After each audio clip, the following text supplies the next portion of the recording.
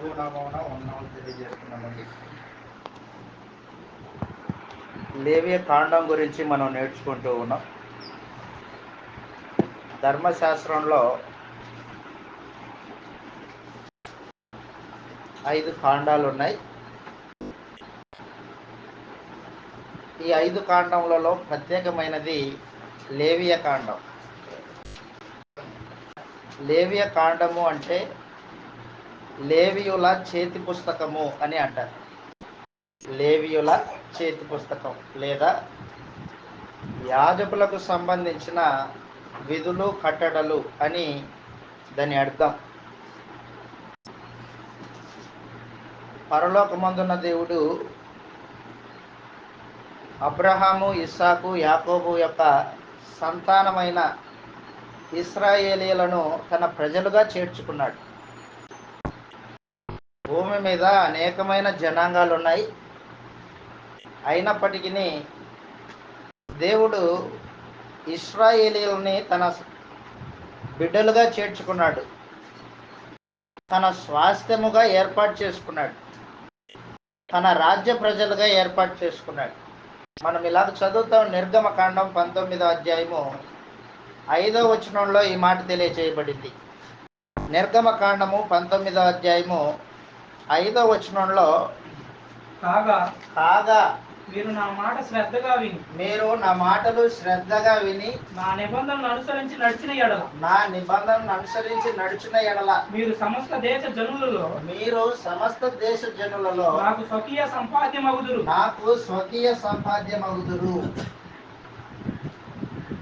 సమస్త దేశ జనులు ఉన్నారు. వారు నాకు స్వకీయమైన సంపాద్యం కాదు. స్వకీయ సంపాద్యం అంటే సొంత జనాంగం అని అర్థం. స్వకీయ సంపాద్యం అంటే సొంత జనాంగం. దేవునికి సొంత జనాంగము ఇశ్రాయేలీలు. ఎప్పుడు నా సొంత జనాంగం మీరు నా ఆజ్ఞలను, నా కట్టడలను శ్రద్ధగా విని వాటిని అనుసరించి నడిచిన ఎడల మీరు నాకు స్వకీయ సంపాద్యమగుదురని, యాజక రూపమైన రాజ్యమగుదురని మోషే నువ్వు వెళ్ళి ఇశ్రాయేలుతో ఇలాగ చెప్పు. ఆ రోజున దేవుడు మోషే యొక్క మధ్యవర్తిత్వం ద్వారా ఇశ్రాయేలీలతో నిబంధన చేసుకున్నాడు. ఆ నిబంధన ధర్మశాస్త్రం. ఇశ్రాయేలీలతో దేవుడు చేసుకున్న నిబంధన ధర్మశాస్త్రం. ఈ ధర్మశాస్త్రము ఇశ్రాయేలీలకి దేవునికి మధ్యలో నిబంధన, ఒప్పందం, ఓడంబడిక. దేవుని ప్రజలై ఉండాలంటే ఇశ్రాయేలీలు ధర్మశాస్త్రం యొక్క ఆజ్ఞలు పాటించాల. ఆ ఆజ్ఞల నుండి కుడికి కానీ ఎడమకు కానీ తొలగిపోకూడదు. ఎవరైనా ఆ ఆజ్ఞలను అనుసరించుకోకుండా తొలగిపోతే దేవుని నిబంధనలో నుండి కొట్టివేయబడతాడు. నేను సమస్త దేశ జనులలో నుండి మిమ్మల్ని ప్రత్యేకపరుచుకున్నాను, నా ప్రజలుగా ఉండడానికి, నా మందిరంలో సేవ చేయడానికి. అందుకోసమే దేవుడు ఏం చేశాడంటే ఇశ్రాయేలీయుల్ని ఐగుప్తు యొక్క బానిసత్వం నుండి విడిపించాడు. 430 సంవత్సరాల పాటు ఇశ్రాయేలీలు ఐగుప్తు బానిసలుగా బతుకుతున్నారు. ఇటుకలు, కొరడా కింద పని, కనీసం భోజనం తినడానికి కూడా సమయం లేని పరిస్థితులు, కఠోరమైన బాధలు. అలాంటి పరిస్థితుల్లో నుండి దేవుడు ఇశ్రాయేలీయుల్ని విడిపించి ఆ బానిస సంఖ్యలను తెంపి అరణ్యంలోనికి తీసుకొని వచ్చి, అరణ్యంలో దేవుడు ఇశ్రాయేలీయులతో ధర్మశాస్త్రం అనే నిబంధన చేసుకున్నాడు. ధర్మశాస్త్రం అనే నిబంధనలో ప్రాముఖ్యంగా ఇశ్రాయేలీయులు దేవుని పట్ల ఎలా నడుచుకోవాలి,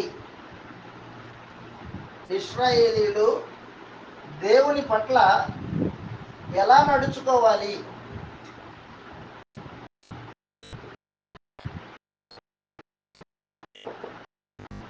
అనే ఈ ప్రశ్నకు సమాధానము లేవియకాండం తెలియజేస్తూ ఉంటది. దేవుడు ఇశ్రాయేలుతో నిబంధన చేసుకున్న తర్వాత, నేను మీ మధ్యలో నివసిస్తాను, మీరు గుడారాలు వేసుకుంటున్నారు కదా అరణ్యంలో, నాకొక గుడారం వేయండి, నేను మీ మధ్యలో నివసిస్తాను. నేను మీ మధ్యలో నివసించేటప్పుడు నేను పరిశుద్ధుని కనుక మీరును సమస్త ప్రవర్తన యందు పరిశుద్ధులై ఉండాలి. మీకి నాకు మధ్యలో లేవి యాజకత్వం అనేది ఒకటి ఏర్పాటు చేసి పెట్టాడు అన్నమాట దేవుడు. ఇశ్రాయేలీలకి దేవునికి మధ్యవర్తులు లేవి యాజకులు. మనందరికీ తెలిసినట్టు నిర్గమకాండము 25వ అధ్యాయం నుండి చివరి వరకు దేవుని కొరకు ఇశ్రాయేలీల మధ్యలో మందిరం ఏర్పాటు చేయబడింది. 25వ అధ్యాయం నిర్గమకాండం 25వ అధ్యాయము 7వ వచనం నుండి మనం చదువుతాం. 8వ వచనం 9వ వచనం నేరుగా 8వ వచనం నిర్గమకాండము 25వ అధ్యాయం 8వ వచనంలో, నేను వారిలో నివసించున్నట్లు వారు నాకు పరిశుద్ధ స్థలమును నిర్మింపవలెను.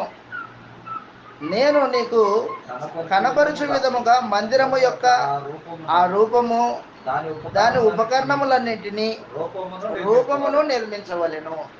దేవుడు ఇశ్రాయేలు ప్రజలతో నిబంధన చేసుకున్న తర్వాత, నేను మీకు రాజుని, మీరు నా ప్రజలు, నేను మీ దేవుణ్ణి, మీరు నా ప్రజలై ఉన్నారు, నేను మీ మధ్యలో నివసిస్తాను, నాకొక గుడారం వేయండి. అరణ్యంలో ఇశ్రాయేల్ ప్రజలతో, నిబంధన ప్రజలతో నివాసం చేయడానికి దేవుడు తనకంటూ ఒక నివాస మందిరాన్ని ఏర్పాటు చేయమని మోషే ద్వారా తెలియజేశాడు. తనకంటూ ఒక నివాస మందిరం, ఆ మందిరంలో దేవుడు ఉంటాడు. ఆ మందిరంలో దేవుని మహిమ కనబడుతూ ఉంటుంది. ఈ మందిరంలో సేవ చేయడానికి దేవుడు లేవీయుల్ని ఏర్పాటు చేసుకున్నాడు. సంఖ్యాకాండం 3వ అధ్యాయము 11వ వచనం నుండి మనం ఈ మాటలు చదువుతాం. సంఖ్యాకాండము 3వ అధ్యాయము 11వ వచనంలో దేవుడు ఇశ్రాయేలీయుల 12 గోత్రాల వారికి మధ్యలో దేవుని మందిరంలో సేవ చేయడానికి లేవీయుల్ని ఏర్పాటు చేసుకున్నాడు. 3వ అధ్యాయం 11వ వచనం సంఖ్యాకాండం. మరియు యెహోవా మోషేకి ఇలాగ సెలవిచ్చెను, ఇదిగో నేను ఇశ్రాయేలీయులలో తొలిచూలు అయిన ప్రతి మగపిల్లకు మారుగా ఇశ్రాయేలులో నుండి లేవీయులను నా వశం చేసుకొనుచున్నాను. ప్రతి తొలిచూలు నాది గనుక అదనమాట. లేవీయుల్ని ప్రత్యేకపరుచుకున్నాడు. లేవి గోత్రాన్ని ప్రత్యేకపరుచుకున్నాడు. లేవికి 3 కుమారులు. మనం పోయిన బైబిల్ తరగతిలో మనం నేర్చుకొని ఉన్నాం. లేవికి ఎంతమంది కుమారులు అంటే 3 కుమారులు. వారి పేర్లు సంఖ్యాకాండము 4వ అధ్యాయంలో తెలియజేస్తూ ఉన్నాడు. సంఖ్యాకాండం 4వ అధ్యాయంలో లేవి గోత్రంలో లేవికి 3 కుమారులు. 17వ వచనంలో ఈ మాట రాయబడింది. క్షమించండి, 3వ అధ్యాయం 17వ వచనం. లేవీయుల కుమారుల పేర్లు సంఖ్యాకాండం 3వ అధ్యాయము 17వ వచనంలో లేవి కుమారులు పేర్లు గెర్షోను, కహాతు, మెరారి అనునవి.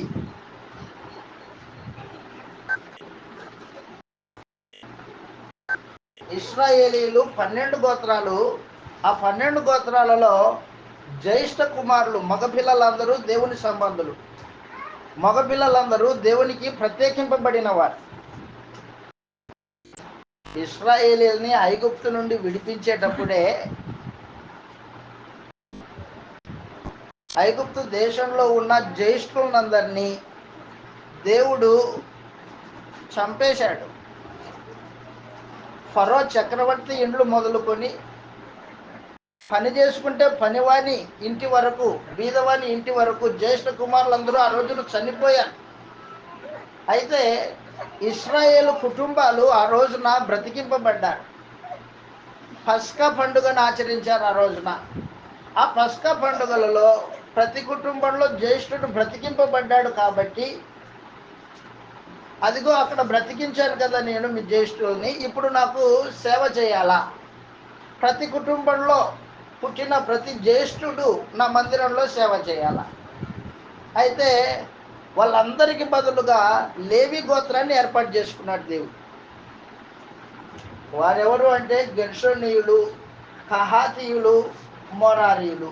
దేవుని మందిరంలో సేవ చేసేవాళ్ళు వీళ్ళు లేవీయులు.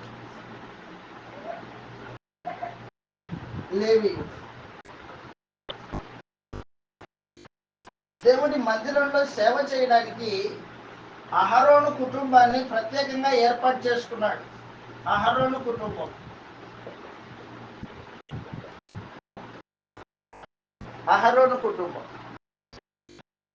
అహరోను కుటుంబము దేవుని మందిరంలో సేవ చేసే యాజకులు అన్నమాట. వీళ్ళు యాజకుడు. ప్రధాన యాజకత్వం చేసే అవకాశము అహరోను కుటుంబానికి దేవుడు అప్పగించాడు. ఈ అహరోను కుటుంబం కింద పనిచేసే వాళ్ళు ఇదిగో మిగతా లేవీయులు. అహరోను కుటుంబము ప్రధాన యాజకత్వము మందిరంలో చేస్తూ ఉంటే వారి చేతి కింద సహాయం చేసేవాళ్ళు ఈ లేవీయులు. ఒక్కొక్కరికి ఒక్కొక్క పని ఏర్పాటు చేసి పెట్టారు అన్నమాట. గెర్షోనీయులకు ఒక పని, కహాతీయులకు ఒక పని, మెరారీయులకు ఒక పని. ఈ 3 వంశాలు అహరోను కుటుంబం కింద చేతి కింద పని చేయాల. వీళ్ళ పని అది. వీళ్ళ పని దేవుని మందిరపు వస్తువులను కాపాడడం. దేవుని మందిరపు వస్తువుల్ని కాపాడడం, వాటిని ఒక స్థలం నుంచి ఇంకొక స్థలానికి తీసుకెళ్లే బాధ్యత ఇదిగో ఈ గెర్షోనీయులకి, కహాతీయులకి, మోరారీయులకి ఏర్పాటు చేశాడు. కార్యక్రమాలు జరుగుతూ ఉంటాయి. అయితే లేవియకాండం ప్రత్యేకించి ఇదిగో అహరోను కుటుంబము నా మందిరంలో ఎలా సేవ చేయాలి, ఇష్టం వచ్చినట్లు సేవ చేయకూడదు, అనాలోచనగా సేవ చేయకూడదు, నా ఆజ్ఞలను అనుసరించి సేవ చేయాలి. నా మందిరంలో నా ఆజ్ఞలను అనుసరించి సేవ చేయాలి.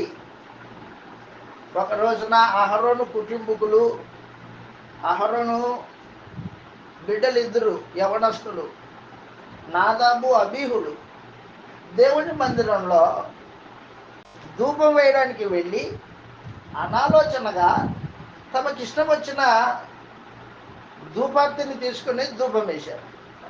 అన్యాజ్ఞని తెచ్చి దేవుడి సముఖంలో ధూపం వేశాడు. ధూపం వేస్తే దేవుడు ఏం చేశాడు? అక్కడికక్కడే ఇద్దరిని చంపేశాడు. నా మందిరంలో నా ఆజ్ఞలను అనుసరించి మీరు సేవ చేయాలా? నీకు ఇష్టం వచ్చినట్లు చేసేది కాదు. ఇది నీ ఇల్లు కాదు. నీ ఇల్లు అయితే నీకు ఇష్టం వచ్చినట్టు చేయొచ్చు.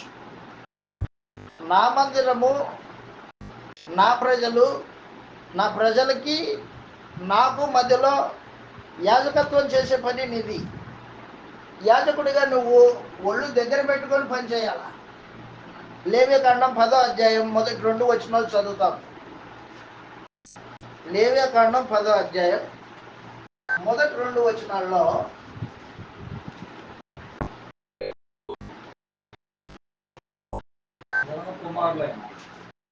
అహరోను కుమారులైన నాదాబు, అబీహులు తమ తమ ధూపార్తులను తీసుకొని వాటిలో నిప్పులుంచి వాటి మీద ధూపద్రవ్యం వేసి అదనమాట యెహోవా తనకు ఆజ్ఞాపించని వేరొక అగ్నిని ఆయన సన్నిధికి తేగా యెహోవా సన్నిధి నుంచి అగ్ని దిగి వచ్చి వాటిని కాల్చేసింది.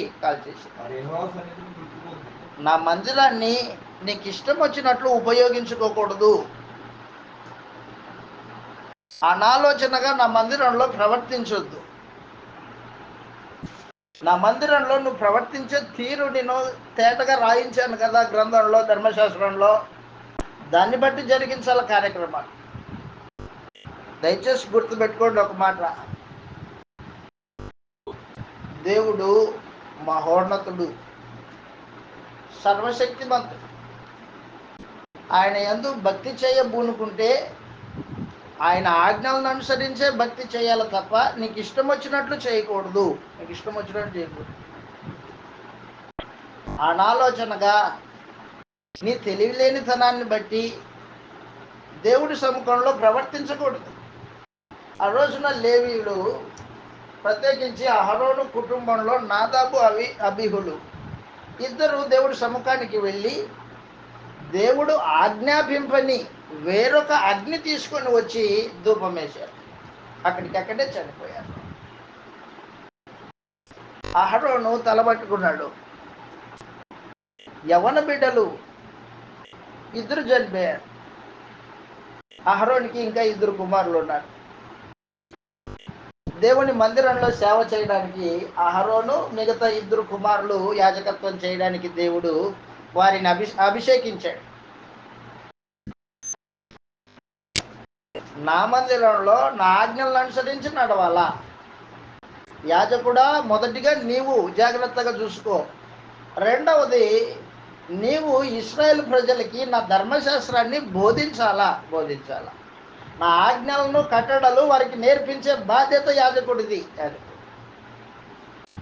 నేను పరిశుద్ధుణ్ణి గనక మీరును పరిశుద్ధులై ఉండాలి అనేది లేవి కాండం యొక్క ఉద్దేశం అన్నమాట. అది ఉద్దేశం. లేవి కాండం 11వ అధ్యాయం 44-45 వచనాల్లో లేవి కాండం యొక్క ఉద్దేశాన్ని తేటగా తెలియజేశాడు. లేవి కాండము 11వ అధ్యాయము 44-45 వచనాలలో నేను మీ దేవుడైన యెహోవాను. అదనమాట, నేను మీ దేవుడైన యెహోవాను. నేను పరిశుద్ధుడైన గనుక నేను పరిశుద్ధుని గనుక మీరు పరిశుద్ధులై ఉన్నట్లు మీరును పరిశుద్ధులై ఉండునట్లు మిమ్మల్ని మీరు పరిశుద్ధపరచుకోవాలి. మిమ్మును మీరు పరిశుద్ధపరచుకోవాలి. నేల మీద ప్రాకు జీవరాశుల్లో నేల మీద ప్రాకు జీవరాశుల్లో దేని వలన మీరు అపవిత్రులు కాకూడదు. అదనమాట, నేను పరిశుద్ధుని. నేను పరిశుద్ధుని, మీరు పరిశుద్ధులై ఉండాలా. పరిశుద్ధుడు అంటే అర్థం ఏంటి? పరిశుద్ధుడు అంటే ప్రత్యేకముగా ఉన్నవాడు. పరిశుద్ధుడు అంటే అర్థము ప్రత్యేకముగా ఉన్నవాడు. నేను లోక జనాంగాలు పెట్టుకున్న విగ్రహాల లాంటి దేవుణ్ణి కాదు. నేను వేరే, ఆ విగ్రహాలు వేరే. మీరు ఐగుప్తు దేశంలో 430 సంవత్సరాలు ఐగుప్తీయుల యొక్క విగ్రహాలు చూసి, దాని ఆచారాలు చూసి చేసుకుంటూ వచ్చారు. కానీ ఇప్పుడు మీరు అలా చేయకూడదు. నేను పరిశుద్ధుణ్ణి, మీరును పరిశుద్ధులై ఉండాలా.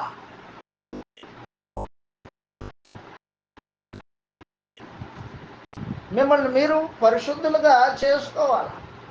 ఎలా చేసుకుంటారు మిమ్మల్ని మీరు పరిశుద్ధులుగా? నా ఆజ్ఞలను అనుసరించినప్పుడు మిమ్మల్ని మీరు పరిశుద్ధులుగా చేసుకుంటారు. లేవి కాండం 18వ అధ్యాయము 1వ వచనం నుండి మనం చదువుతాం. లేవి కాండం 18వ అధ్యాయం 1వ వచనం నుండి మనం చదివితే, మరియు యెహోవా మోషేకు ఇలాగ సెలవిచ్చాడు. అదనమాట, నేను మీ దేవుడినైన యెహోవానని ఇశ్రాయేలుతో చెప్పు. మీరు నివసించిన ఐగుప్తు దేశ ఆచారాల చొప్పున మీరు చేయకూడదు. నేను మిమ్మల్ని రప్పించుచున్న కనాను దేశ ఆచారాల చొప్పున కూడా మీరు చేయకూడదు. వారి కట్టడలను బట్టి నడవకూడదు. మీరు నా విధులను గైకొనాలి. అదనమాట, మీరు నడుచుకోవాల్సిన కట్టడలు ఏంటివంటే నా విధులు, నా ఆజ్ఞలు. నా కట్టడలను అనుసరించి నడుచుకున్నటకు మీరు వాటిని ఆచరింపవలెను. మీరు వాటిని ఆచరించాలి. మీ దేవుడు యెహోవాను మీరు నా కట్టడలను నా నా కట్టడలను విధులను ఆచరింపవలెను. అదన్నమాట సమాచారం. వాటి గైకొనువాడు వాటి వలన బ్రతుకును. వాటి వలన బతుకుతాడు. కాబట్టి నేను పరిశుద్ధుణ్ణి, మీరును పరిశుద్ధులై ఉండాల. మీరు ఎప్పుడు పరిశుద్ధులు అవుతారు? మీరు ఎప్పుడైతే నా విధులు నా కట్టడలను అనుసరించి నడుచుకుంటారో మీరు పరిశుద్ధులై ఉంటారు. ప్రత్యేకింపబడిన వారు అన్నమాట. లోకంలో నుండి వేరైన ప్రజలు. పరిశుద్ధులు అంటే లోకంలో నుండి వేరైన వారు. మీరు నాకు ప్రత్యేకమైన జనాంగం చెప్పారు. నేను పరిశుద్ధుణ్ణి. మీ మధ్యలో నాకు ఒక గుడారం వేశారు కదా, కాబట్టి నేను కూడా మీతో పాటు ఉంటున్నాను.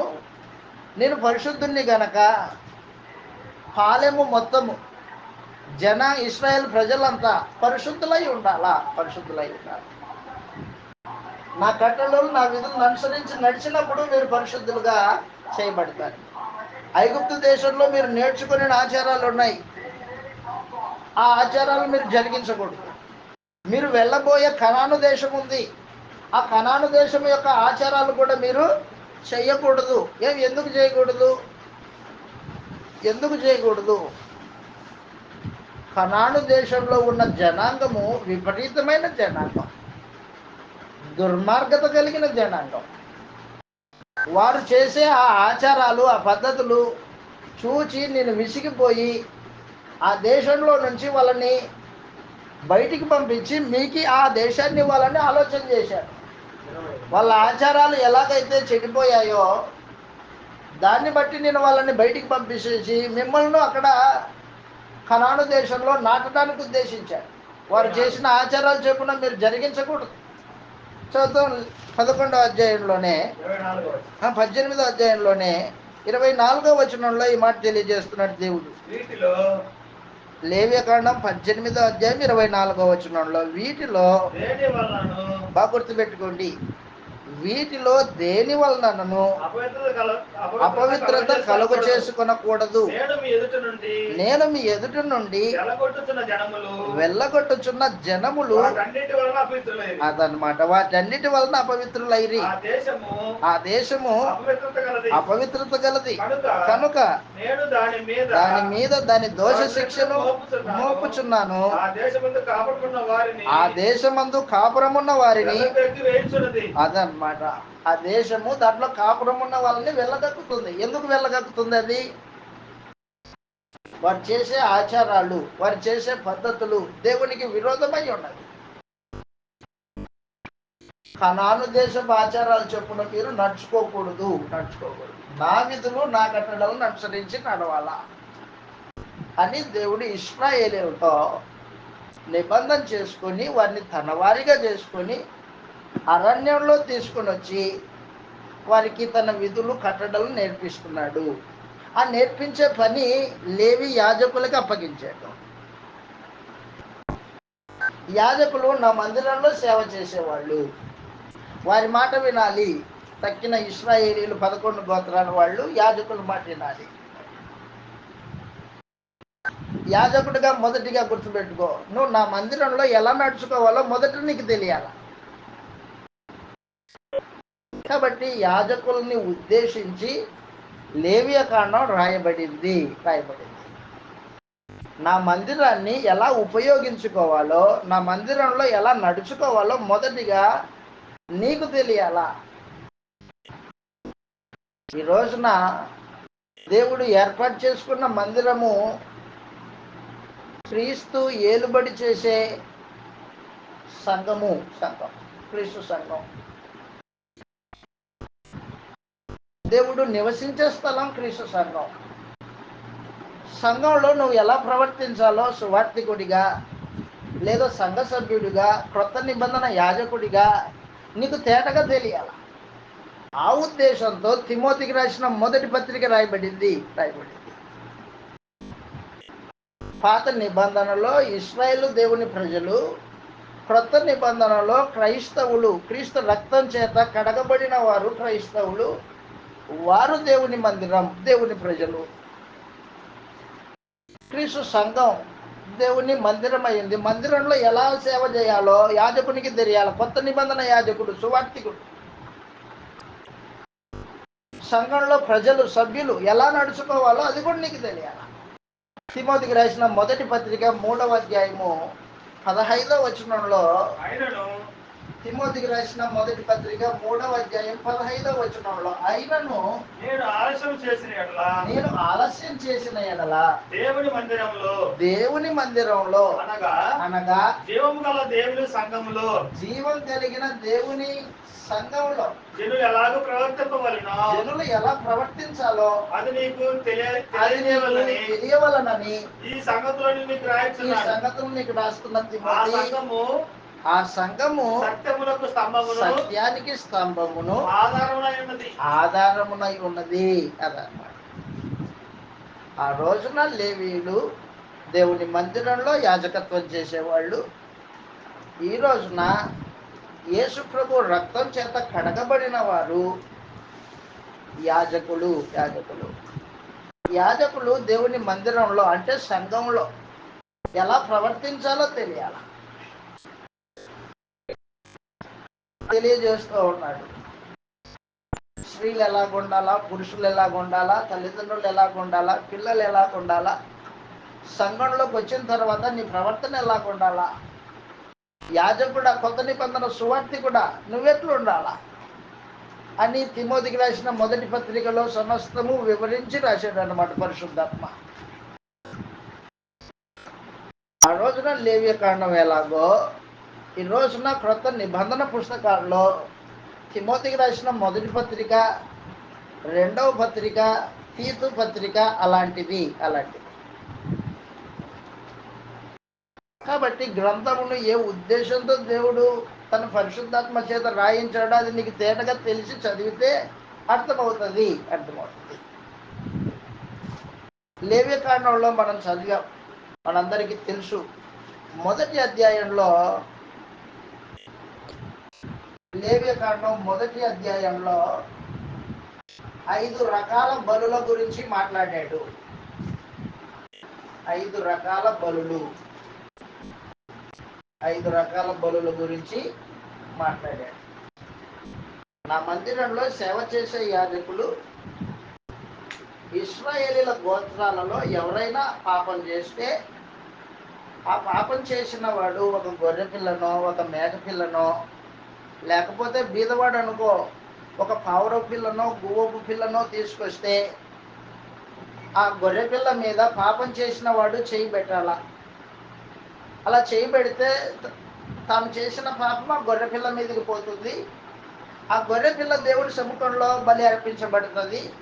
బలి అర్పింపబడినప్పుడు అతడు చేసిన పాపానికి క్షమాపణ దొరుకుతుంది అని 5 రకాల బలుల గురించి మాట్లాడాడు.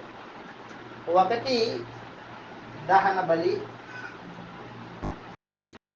2 సమాధాన బలి,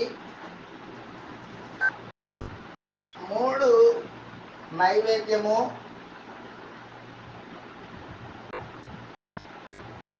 4 పాప పరిహారార్థ బలి,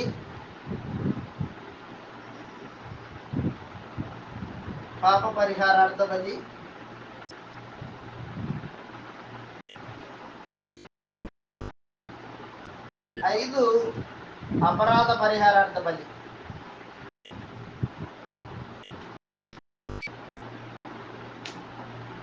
ఐదు రకాల బలుల గురించి రాయబడింది.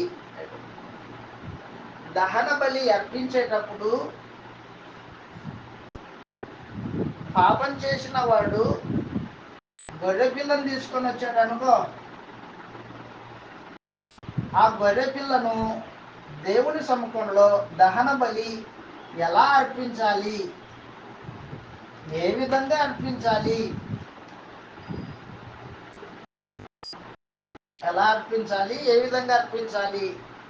అనే విషయం రాయబడింది అనమాట. లేదు ఒకడు మేక పిల్లని తెచ్చాడు, దాని విషయంలో ఎలాంటి కట్టడ లేదు. ఒకడు బీదవాడు పావురం పిల్ల తెచ్చాడు, పావురాలు తీసుకొచ్చాడు 2, అది ఎలా బలి అర్పించాలా యాజకుడు దేవుడి సముఖంలో అనేది ఒకదానికొకటి తేటగా లేవీయులను ఉద్దేశించి వారు జరిగించవలసిన కార్యక్రమాలను ఉద్దేశించి ఈ గ్రంథంలో రాయించాడన్నమాట. మొదటి అధ్యాయం మొదలుకొని లేవి కాండం మొదటి అధ్యాయం నుండి 10వ అధ్యాయం వరకు ఈ కార్యక్రమాలు ఎలా జరిగించాలి అనే విషయాలు లేవీయులను ఉద్దేశించి రాయించాడు. నేను పరిశుద్ధుణ్ణి, మీరును పరిశుద్ధులై ఉండాలి. నేను మీ దేవుణ్ణి, మీరు నా ప్రజలు. నా ఆజ్ఞలను అనుసరించి నడవాల. యాజకుడు ఇదిగో బలి అర్పించేటప్పుడు దహన బలిని ఈ రూపంలో అర్పించాలా, సమాధాన బలిని ఒక రూపం, నైవేద్యం అర్పించేటప్పుడు ఒక విధానం, పాప పరిహారార్థ బలి అర్పించేటప్పుడు ఒక విధానం, ప్రతిదానికి సపరేట్గా చేసి తేటగా రాయించాడు అన్నమాట. అందుకే దీనికి లేవి కాండం అని పేరు పెట్టాడు. లేవీయుల చేతి పుస్తకం. నువ్వు చేసే కార్యక్రమాలు ఏం చేయదలుచుకున్నా ఆ పుస్తకంలో ఉన్నట్టుగా ఆజ్ఞలను అనుసరించి జరిగించాలా. యాజకత్వాన్ని బట్టి నేను మిమ్మల్ని ప్రత్యేకపరుచుకున్నాను అని ఏర్పాటు చేసి పెట్టాడు. దీంట్లో ఒక ప్రత్యేకమైన విషయం గుర్తుపెట్టుకోండి. లేవియ కాండం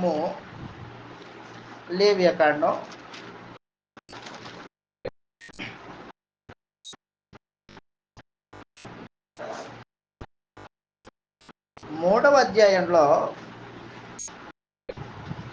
సమాధాన బలి అర్పించేటప్పుడు క్రొవ్వు దహించేసేయాలన్నమాట. 3వ అధ్యాయం 17వ వచనంలో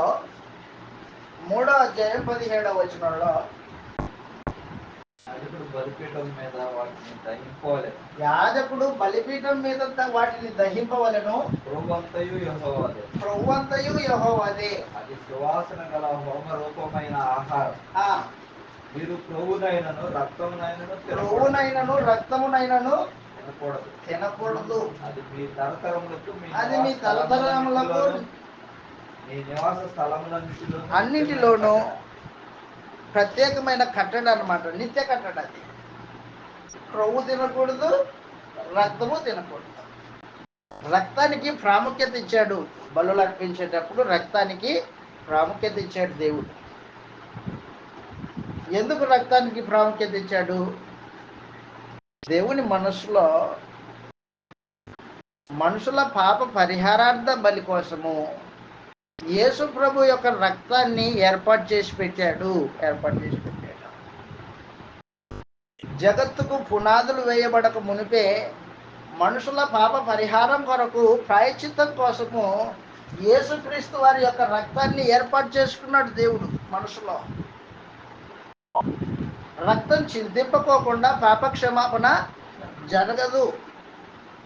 ఆ విషయము ఇశ్రాయేలీయులకి నేర్పించని ఉద్దేశించాడు దేవుడు. అందుకని యాజకులారా, మీరు బలి అర్పించేటప్పుడు దాని క్రొవ్వును దహించాలా, దాని రక్తమును తినకూడదు. లేవియకాండం 17వ అధ్యాయం 11వ వచనంలో, లేవియకాండం 17వ అధ్యాయం 11వ వచనంలో ఈ మాట రాయబడింది. రక్తము దేహమునకు ప్రాణము, మీ నిమిత్తము ప్రాయశ్చిత్తం చేయుటకై. దేవుడు రక్తాన్ని ఎందుకు ఇచ్చాడనమాట? ప్రాయశ్చిత్తం కోసం ఇచ్చాడు. ప్రాయశ్చిత్తం. రక్తము దాంట్లో ఉన్న ప్రాణాన్ని బట్టి ప్రాయశ్చిత్తం చేయును. కాబట్టి మీరు ఎవడునో రక్తం తినకూడదు. మీలో నివసించు ఎవడే గాని, పరదేశి గాని రక్తం తినకూడదు. నేను ఇశ్రాయేలుకి ఆజ్ఞాపించాను. దేవుని మనసులో జగత్తుకు పునాదులు వేయబడక మునిపే క్రీస్తు యేసు శిలువ రక్తమును గురించిన ఆలోచన ఉంది ఆయన. పేతురు గారు రాసిన మొదటి పత్రిక 1వ అధ్యాయం 18వ వచనంలో, పేతురు గారు రాసిన మొదటి పత్రిక 1వ అధ్యాయం 18వ వచనం నుండి ఈ లేఖన భాగాలు చదువుతాం మనం. పితృ పారంపర్యమైన మీ వ్యర్థ ప్రవర్తనను విడిచిపెట్టినట్లుగా వెండి బంగారముల వంటి క్షయ వస్తువుల చేత మీరు విమోచింపబడలేదు కానీ అమూల్యమైన రక్తము చేత, యేసు ప్రభు యొక్క రక్తము అమూల్యమైన రక్తం, అమూల్యమైన రక్తము చేత అనగా నిర్దోషమును నిష్కలంకము గొర్రెపిల్ల వంటి క్రీస్తు రక్తము చేత విమోచింపబడితేరని మీరు ఎరుగుదురు కదా. ఆయన జగత్తు పునాది వేయబడక మునిపే నియమింపబడెను. అదన్నమాట. జగత్తుకు పునాదులు వేయబడక మునిపే, భూమి లేదు, జగత్తే లేదు, పునాదులు ఇంకా వేయలేదు దేవుడు. అప్పటికే మానవ జాతి అయిన మన గురించి దేవుడు ఆలోచన చేశాడు, మన పాపముల గురించి ఆలోచన చేశాడు. దేవుడు తన భవిష్యత్ జ్ఞానం అనుసరించి యేసు ప్రభువుని ఈ లోకానికి పంపించి ఆయన శరీరంలో పాపం లేని రక్తం, ఆ రక్తం ద్వారా మనుషులకు పాపాలకి ప్రాయశ్చిత్తం చేయడానికి ఏర్పాటు చేశాడు.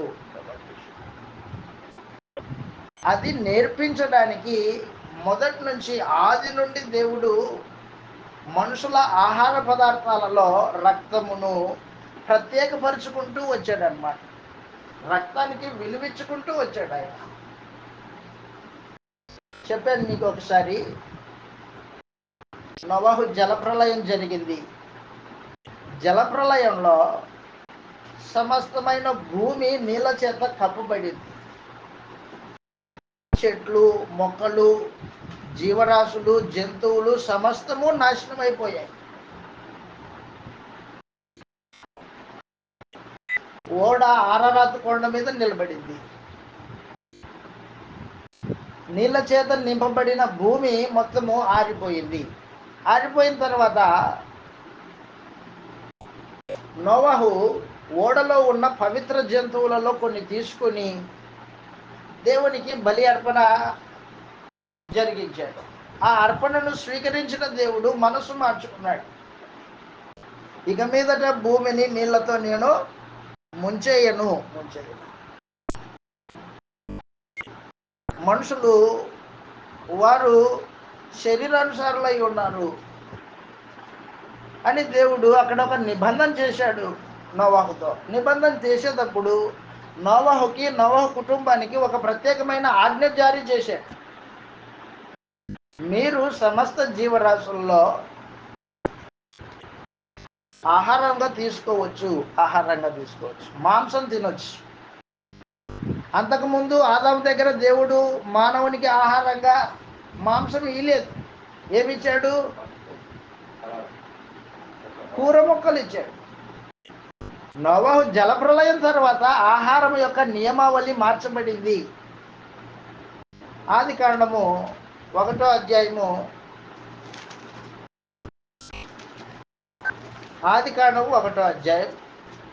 26వ వచనం నుండి ఈ మాటలు రాయబడ్డాయి. చదువుతాం. 28 నుంచి నేరుగా ఆది కాండం 1వ అధ్యాయం 28వ వచనంలో, దేవుడు వారిని ఆశీర్వదించెను. ఎట్లనగా మీరు ఫలించి అభివృద్ధి పొంది విస్తరించి భూమిని నిందించి దాన్ని లోపరుచుకొనుడి. బాగా గుర్తుపెట్టుకోండి, సముద్రపు చేపలను, ఆకాశ పక్షులను, భూమి మీద ప్రాకు ప్రతి జీవిని ఏలుడని దేవుడు వారితో చెప్పాను. దేవుడు ఇదిగో భూమి మీద ఉన్న ఇత్తనములిచ్చు ప్రతి చెట్టును, విత్తనములిచ్చు ప్రతి వృక్ష ఫలము గల ప్రతి వృక్షమును మీకు ఇచ్చి ఉన్నాను. అవి మీకు ఆహారమగును. అదనమాట. ఏమిచ్చాడు ఆహారంగా దేవుడు? ప్రతి భూమి మీద ఉన్న విత్తనములిచ్చు ప్రతి చెట్టు, విత్తనములిచ్చు వృక్ష ఫలము గల ప్రతి వృక్షము మీకు ఇచ్చి ఉన్నాను. అవి మీకు ఆహారమగును. మీకు మాత్రమే కాదు, భూమి మీద ఉన్న జంతువులన్నిటికీ చెట్లన్నీ ఆహారమగును అని చెప్పాడు 30వ వచనంలో. ఆ రోజున సింహమైనా ఏదైనా ఆ చెట్లు ఆకులు తినాల్సిందే. మాంసము ఆహారంగా దేవుడు మొదటి మనిషి అయిన ఆదాముకి ఇవ్వలేదు, జంతువులకి ఇవ్వలేదు. ఎప్పుడైతే జలప్రలయంలో సమస్తము వృక్షజాతి మొత్తము నాశనం అయ్యిందో అప్పుడు దేవుడు ఆహార నియమావళిలో మార్పు చేశాడు. 9వ అధ్యాయం, ఆదికాండం 9వ అధ్యాయం 1వ వచనం నుండి ఈ మాటలు చదువుతాం. మరియు ఆదికాండం 9వ అధ్యాయం 1వ వచనం నుండి. మరియు దేవుడు నోవహును అతని కుమారులను ఆశీర్వదించి మీరు ఫలించి అభివృద్ధి పొంది భూమిని నింపుడి. మీ భయమును మీ బెదురును అడవి జంతువులన్నిటికీ ఆకాశ పక్షులన్నిటికీ నేల మీద పాకు ప్రతి పురుగుకును సముద్రపు చేపలన్నిటికీ కలుగును. అవి నీ చేతికి అప్పబడి ఉన్నాయి. ప్రాణము గల సమస్త చరములను అదనమాట. ప్రాణం గల సమస్త చరములు మీకు ఆహారమగును. పచ్చని కూర మొక్కలను ఇచ్చినట్లు వాటిని మీకు ఇచ్చి ఉన్నాను. అయినను బాగా గుర్తు పెట్టుకోండి, అయినను మాంసమును దాని రక్తముతో మీరు తినకూడదు. రక్తమే దాని ప్రాణం. మరియు మీకు ప్రాణమైన రక్తమును చిందించు వారిని విచారణ చేయుదును. అదన్నమాట. కాబట్టి పితరుల కాలంలో నోవహుకు దేవుడు ఆహార నియమాల్లో మార్పు చేసినప్పుడే రక్తానికి ఒక ప్రాధాన్యత ఇచ్చాడు. రక్తం తినొద్దు నోవహు, రక్తం తినొద్దు, మాంసం తిన. ఆ తర్వాత లేవీయులకు ఇశ్రాయేలీలకు ధర్మశాస్త్రం ఇస్తూ ఏం చెప్పాడనమాట, రక్తమును తినకూడదు. క్రొత్త నిబంధనలో కూడా ఏర్పాటు చేసి పెట్టాడు, రక్తం తినకూడదు. కొత్త నిబంధనలో కూడా ఉంది. చదువుతాం, ఇలా రాయబడింది అపోస్తల కార్యములు 15వ అధ్యాయం. అపోస్తల కార్యములు 15వ అధ్యాయం. నేను పరిశుద్ధుల్ని గనక మీరును పరిశుద్ధులై ఉండాలి.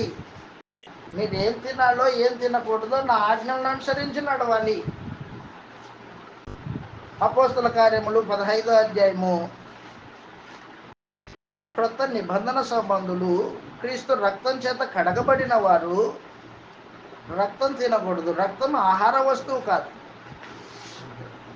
అపోస్తల కార్యములు 15వ అధ్యాయము 19వ వచనం నుండి చదువుతాం. కాబట్టి అపోస్తల కార్యములు 15వ అధ్యాయము 19 నుంచి. కాబట్టి అన్యజనులలో నుండి దేవుని వైపు తిరుగుచున్న వారిని మనం కష్టపెట్టక విగ్రహ సంబంధమైన అపవిత్రతను జారత్వమును గొంతు పిసికి చంపిన దానిని రక్తమును విసర్జించుటకు వారికి పత్రిక రాసి పంపవలనని నా అభిప్రాయము. కొత్త నిబంధన సంబంధులు ఏమేమి తినకూడదు? విగ్రహ సంబంధమైన అపవిత్రతలో పాల్పుచ్చుకోకూడదు. ప్రసాదమని ఇచ్చేది అది విగ్రహ సంబంధమైంది, దాన్ని తినకూడదు. రక్తం తినకూడదు. గొంతు పిసికి చంపిన దాన్ని తినకూడదు.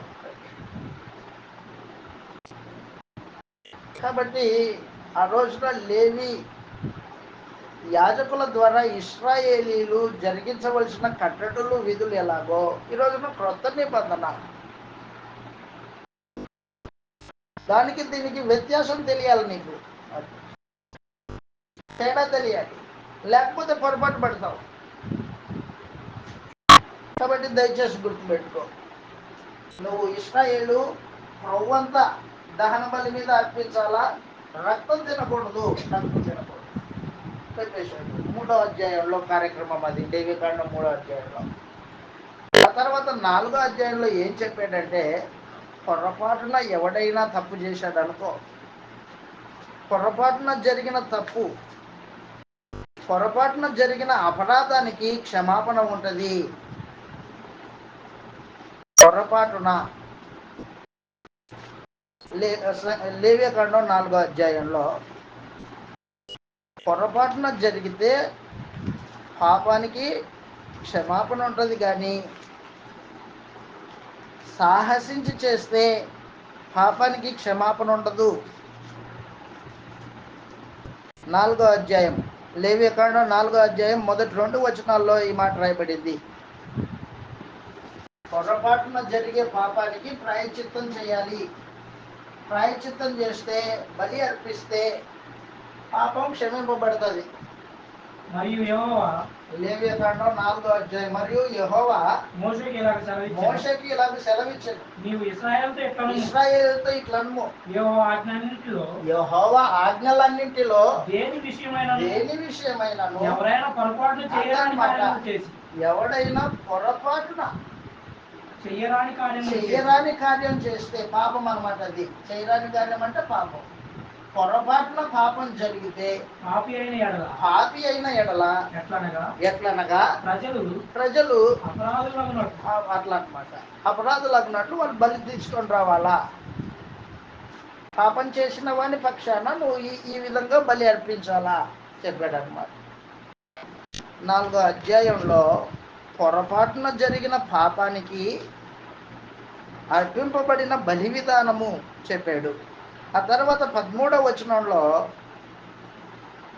వచనంలో లేవియకాండం 4వ అధ్యాయం 13వ వచనంలో ఇశ్రాయేలీల సమాజమంతయు పొరపాటున ఏ తప్పిదము చేసి యెహోవా ఆజ్ఞలన్నిటిలో దేనినైనా మీరి చేయరాని పని చేసి అపరాధులైన ఎడల వారు ఆ ఆజ్ఞకు విరోధముగా చేసిన ఆ పాపమునకు తెలియబడినట్లు సంఘము పాప పరిహారార్థ బలిగా ఒక కోడెదూడను అర్పించి ఆ ప్రత్యక్షము గుడారము యొక్క ద్వారమునకు తీసుకొని రావాలి. సమాజం అంతా తప్పు చేసింది. ఇప్పుడు మొదటి వచనంలో ఒకడు తెలియక చేసిన అపరాధం, అది పొరపాటు. ఇప్పుడు 13వ వచనంలో సమాజమంతా, సంఘమంతా అని అర్థం. సమాజమంతా పొరపాటున చేసిన అపరాధానికి బలి ఎలా అర్పించాలి ఆ విధానం చెప్పాడు. ఆ తర్వాత అధికారి ఎవరైనా తప్పు చేస్తే అని చెప్పాడు 22వ వచనంలో. 22వ వచనంలో అధికారి పొరపాటున పాపం చేసి తన దేవుడైన యెహోవా ఆజ్ఞలన్నింటినీ దేనినైనను మీరి చేయరాని పనులను చేసి అధికారి అపరాధం చేస్తే పరిస్థితి ఏంటి? అధికారి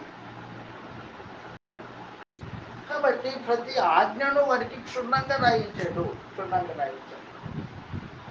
పొరపాటున జరిగితే కార్యక్రమం పాపము, ఆ పాపానికి ప్రాయశ్చిత్త బలి జరుగుతుంది, పాపం క్షమింపబడుతుంది. పొరపాటున చేస్తే క్షమాపణ ఉంది, కానీ తెలిసి చేస్తే క్షమాపణ లేదు. దాన్ని ఏమన్నాడంటే సాహసించి పాపం చేసిన వాడికి క్షమాపణ లేదు అని చెప్పాడు. సంఖ్యాకాండము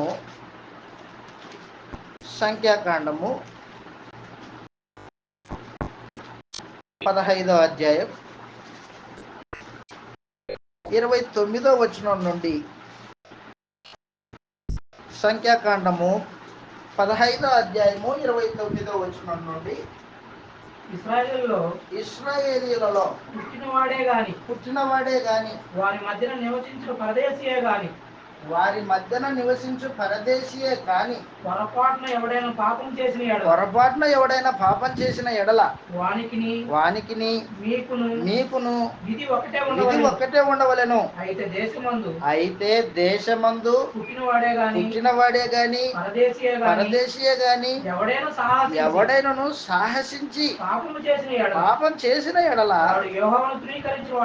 వాడు యెహోవాను తృణీకరించిన వాడగును గనుక అట్టివాడు నిశ్చయముగా జనులలో ఉండకుండా కొట్టివేయబడును. వాడు యెహోవా మాటను అలక్ష్యం చేసెను, ఆయన ఆజ్ఞను మీరినందున నిశ్చయముగా కొట్టివేయబడును.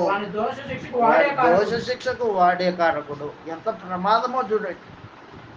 పొరపాటున జరిగితే ప్రమాదం ఉండదు నీకు. సాహసించి చేస్తే ప్రమాదం. నా జనుల్లో నుండి కొట్టేస్తా. సాహసించి చేసేటప్పుడు నీ మనసు ఎలాగుంది? సాహసించి పాపం చేస్తున్నప్పుడు నీ మనసు ఎలాగుందంటే, నన్ను నిర్లక్ష్య పెట్టావు నువ్వు. నీ దేవుడినైనా నన్ను నిర్లక్ష్యం చేశావు. నా మాటని అలక్ష్యం చేశావు. దేవుడా చెబితే చెప్పండిలే, ఆయన ఎన్నైనా చెప్తాడు. నా మాటని నన్ను నిర్లక్ష్యం చేసిన నీవు నా జనంలో నుంచి కొట్టేస్తా అని చెప్పేసి.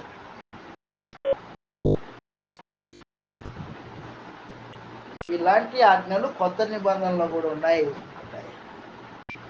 పొరపాటున చేస్తే అపరాధానికి క్షమాపణ ఉంది, కానీ తెలిసి చేస్తే డెలిబరేట్గా ఈ పాపం చేయకూడదు, ఇది పాపం అని తెలిసి కూడా నువ్వు చేసావు అనుకో, యేసు ప్రభు యొక్క రక్తము నీ పాపాన్ని కడిగివేయలేదు. దాన్నే ఏమన్నాడంటే మరణకరమైన పాపము అన్నాడు. మరణకరమైన పాపం. యోహాను గారు రాసిన మొదటి పత్రిక 5వ అధ్యాయంలో, యోహాను గారు రాసిన మొదటి పత్రిక 5వ అధ్యాయం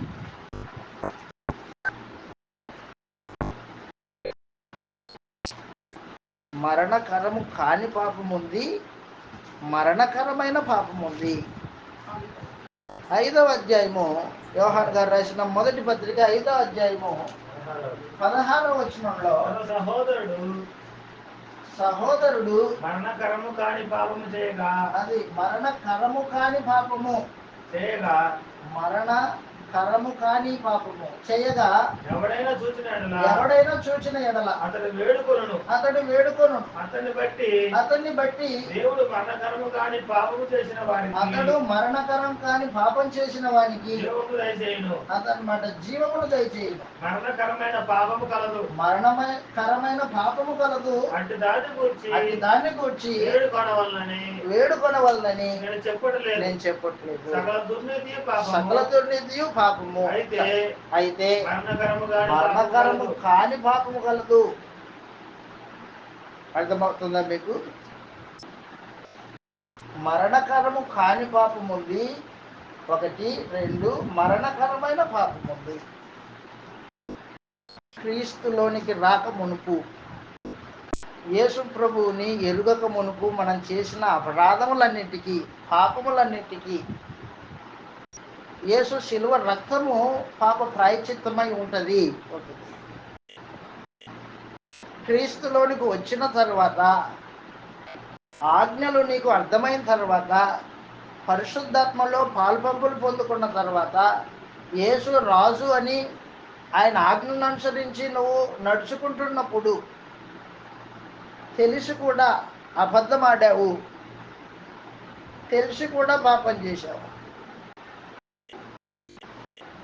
అలాంటి దానికి పాప క్షమాపణ లేదు. ఆ రోజున ధర్మశాస్త్రపు ఆజ్ఞలు నీకు వినిపించినప్పుడు దాన్ని అనుసరించి ప్రవర్తించాలా. లేదు, నువ్వు పొరపాటున తప్పిపోయావు, ఆజ్ఞల్లో క్షమాపణ ఉంది.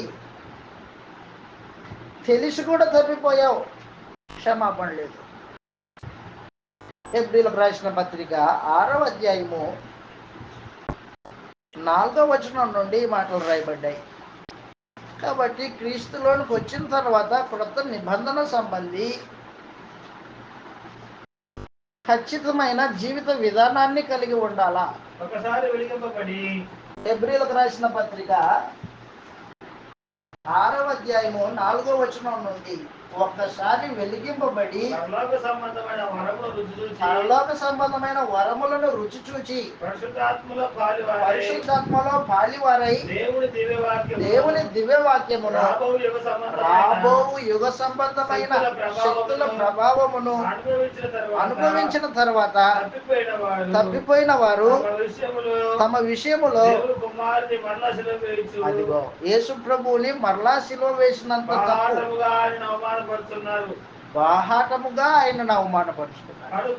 కనుక మారు మనసు పొందినట్లు అట్టి వారిని మరలా నూతన పరచడం సాధ్యమా అసాధ్యమా? అసాధ్యం. ఎందుకు? పరలోక సంబంధమైన వరముల రుచి చూచాడు, పరిశుద్ధాత్మలో పాలిభాగస్తుడయ్యాడు, వెలిగింపబడ్డాడు. చీకటి అంటే ఏంటో, వెలుగంటే ఏంటో అర్థమైంది. పాపం అంటే ఏంటో, ఆ పాపానికి కలిగే దేవుని శిక్ష ఎలాంటిదో అర్థమైంది. అయినా కూడా పాపం చేశాడు. పొరపాటున చేస్తే క్షమాపణ ఉంటుంది, కానీ తెలిసి చేశాడు, క్షమాపణ లేదు. యేసు ప్రభు రక్తము ప్రతి పాపమును కడిగి వేసే శక్తివంతమైనది. కానీ క్రీస్తులోనికి వచ్చిన తర్వాత బుద్ధిపూర్వకంగా పాపం చేస్తే యేసు ప్రభు రక్తము పనిచేయదు.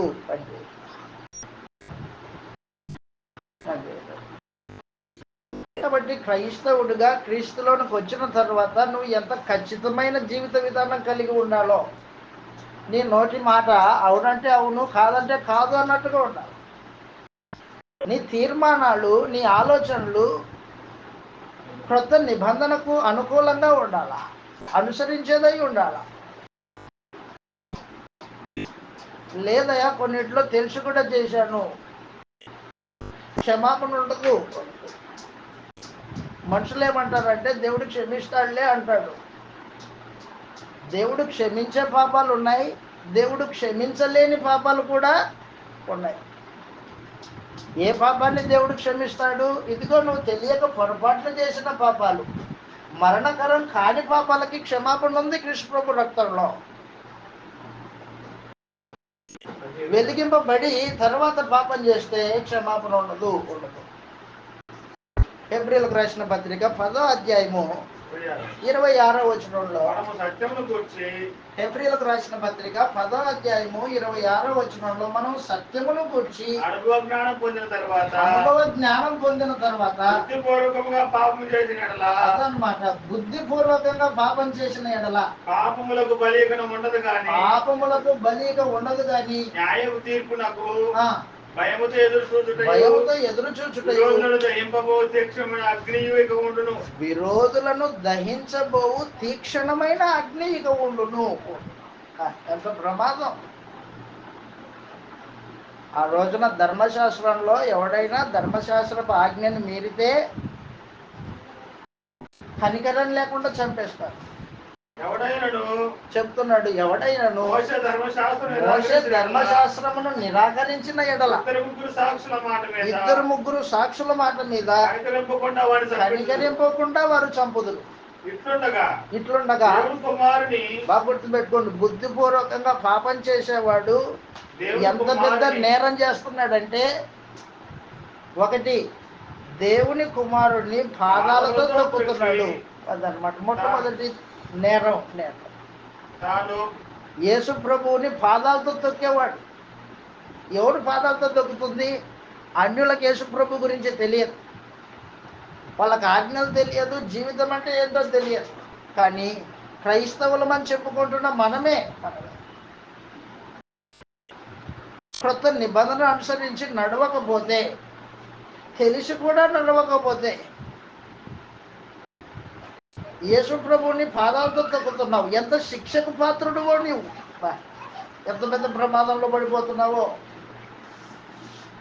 కాబట్టి మనుషుడు క్రొత్త నిబంధనను ఖచ్చితమైన జీవిత విధానం కలిగి నడుచుకోవాల్సిన అవసరం ఉంది. సంఘానికి వెళ్తున్నాయా, ప్రార్థన చేసుకుంటున్నా, అన్ని నడుస్తున్నా, ఇది కాదు. నీ ఆలోచన విధానం ఎలాగుంది, నీ ప్రవర్తన ఎలాగుంది, నీ జీవన శైలి ఎలాగుంది? క్రొత్త నిబంధనకు, క్రీస్తు యేసు యొక్క ఆజ్ఞకు లోబడిన జీవిత విధానమేనా? లేకపోతే తెలిసి కూడా నాలుక మడత పెట్టుకొని మనసుని, మనస్సాక్షిని చంపుకొని అపరాధంలో పడే జీవిత విధానమా? అలాంటి వారికి పాపక్షమాపణ లేదు. చెప్తున్నాడు దేవుని కుమారుని పాదాలతో తొక్కి తాను పరిశుద్ధపరచుటకు సాధనమైన నిబంధన రక్తాన్ని అపవిత్రమైనదిగా ఎంచి అదనమాట అపవిత్రంగా ఎంచుతున్నావు, అపవిత్రమైనది అని ఎంచుతున్నావు. కృపకు మూలమగు ఆత్మను తిరస్కరించిన వాడు ఎంత ఎక్కువైన దండనకు పాత్రుడుగా ఎంచబడునని మీకు తోచుతున్నది. మీకు తోచును. చాలా ప్రమాదకరం, చాలా ప్రమాదకరం. దయచేసి గుర్తుపెట్టుకోండి, క్రైస్తవ జీవితం అనేది కత్తి మీద సాము లాంటిది, కత్తి మీద సాము లాంటిది. ప్రతి ఆలోచన లెక్కింపబడుతుంది, నువ్వు చేసే ప్రతి క్రియ లెక్కల్లో ఉంటుంది, నువ్వు ప్రవర్తించే ప్రతి ప్రవర్తన దేవుడు లెక్కలేసుకుంటున్నాడు.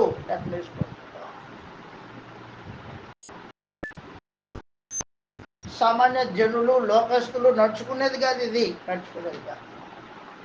ఓ ఇశ్రాయేలు విను జాగ్రత్తగా, నేను మీ దేవుడిని, పరిశుద్ధత, మీరును పరిశుద్ధంగా ఉండాలా. ఐగుప్తు దేశపు ఆచారాలు చొప్పున చేయకూడదు, కనాన్ దేశపు ఆచారాలు చొప్పున చేయకూడదు, నా ఆజ్ఞలే అనుసరించాలా. ఆ రోజున వారికి పొరపాటున చేసిన వాడికి క్షమాపణ ఉంది, కానీ సాహసించి చేసిన వాడికి క్షమాపణ లేదు. ఈ రోజున మనకి క్రీస్తు ప్రభు యొక్క రక్తం చేత వెలిగింపబడి క్రీస్తులోనికి వచ్చిన తర్వాత అపరాధానికి బలి ఉండదు. తెలియక కొత్తగా వచ్చావు ఇప్పుడే క్రీస్తులోనికి, ఆ అనుభవ జ్ఞానం లేదు, రక్షణకు వచ్చిన అనుభవ జ్ఞానం కూడా ఇంకా లేదు. పొరపాటు జరిగింది, పొరపాటు జరిగితే క్షమాపణ ఉంది. క్రీస్తులోనికి వచ్చి ఎన్ని సంవత్సరాలు అవుతుంది? నువ్వు ఎంతమందికి క్రీస్తుని గురించి ప్రకటించావు? నీ జీవిత విధానాలు ఎన్ని గడిచిపోయాయి క్రీస్తులోనికి వచ్చిన తర్వాత? అయినా కూడా నువ్వు పొరపాట్లతో జీవితాన్ని కొనసాగిస్తున్నావంటే వాటికి క్షమాపణ ఉండదు. ఎంత ప్రమాదం! దేవుని విరోధి. ఆ రోజున సాహసించి పాపం చేసిన వాడు దేవుణ్ణి అలక్ష్యం చేశాడు, దేవుని మాటను అలక్ష్యం చేశాడు.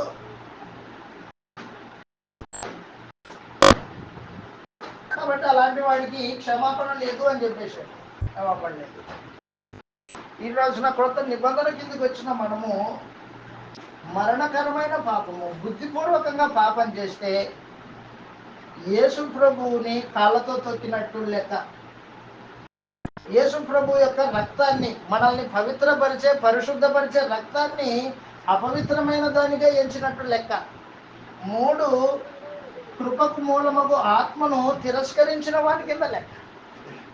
నువ్వు రక్షింపబడడానికి పంపించిన దేవుని కుమారుణ్ణి అలక్ష్యం చేశావు, ఆయన రక్తాన్ని అలక్ష్యం చేశావు, దేవుడు పంపించిన పరిశుద్ధాత్మని అలక్ష్యం చేశావు. ఎంత ప్రమాదం! కాబట్టి కొత్త నిబంధన యాజకుడు ఎంత ఖచ్చితమైన జీవిత విధానాన్ని కలిగి ఉండాలో మనం నేర్చుకోవాల్సిన అవసరం ఉంది. బ్రేక్ తీసుకుందాం. అయితే ఒక మాట, లేవ్యకాండంలో 1వ అధ్యాయం నుండి 10వ అధ్యాయం వరకు యాజకులు జరిగించవలసిన కార్యక్రమాలు. ఇశ్రాయేలీలలో ఎవడైనా పాపం చేస్తే పాపం చేసిన వాడు బలి పశువును తీసుకొని రావాలి. ఆ బలి పశువును దహన బలిగా అర్పించడం ఎలాగో, సమాధాన బలిగా అర్పించడం ఎలాగో ఆ విధానాన్ని గురించి 10వ అధ్యాయం వరకు రాయబడింది. లేవికాండం 1 నుంచి 10 అధ్యాయం.